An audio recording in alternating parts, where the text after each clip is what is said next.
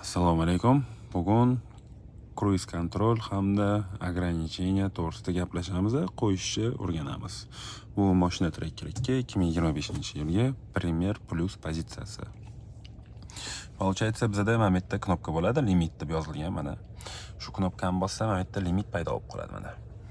Joystick tepaga qilsa bu ko'tariladi bu yoqdan, pastga qilsa bu narsa tushadi. Shu skorostidan oshmaydi. Necha limitga qo'ygan bo'lsanglar. Olib tashlash uchun xuddi shuni knopkani обратно bosasizlar, bu yerda o'chadi. Mana. Hozir yoniq turibdi. Bosganda o'chib qoldi mana. Yaxshi ko'rinmay qoldi shu joyi.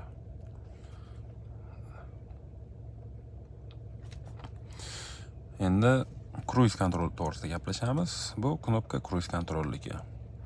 Buni bossam, mana bu yerda speedometr tagida mana znachok yonib qoladi. Bu narsa qachon ishlaydi? Shu knopkani bosasizlar, bu yoqda dumaloq znachok paydo bo'ladi, xuddi shu. Keyin skorostilar 40 va undan baland bo'lgan payti buni pastga qilasizlar. Pastga bosganinglarda xuddi o'sha skorosti ketadi. Tepaga qilsanglar bu narsa ishlamaydi. Imенно mashinani zavat qilib ketayotgan vaqtinglar. Tepaga qachon ishlaydi tushuntirib o'taman. Misol uchun 60 ketasizlar, limit qo'yib cruise control yoqib qo'ygansizlar, ketasizlar, sizlarga kerak emas, bo'ldi, o'chirmoqchisizlar o'sha narsani.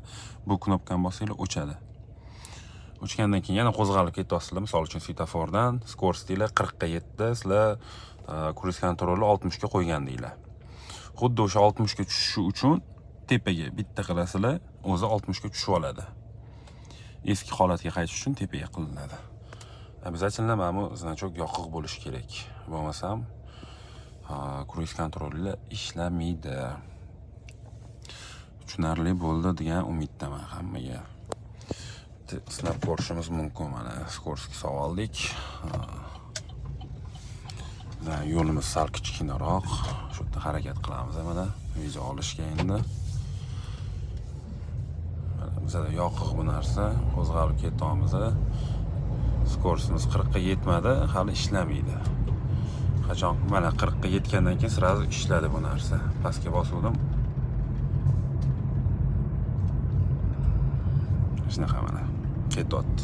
Bu narsa yoqiq turibdi mana, zeleniy ishlayotganini bildiradi. Knopkani bossanglar, bu narsa o'chadi mana, o'chdi.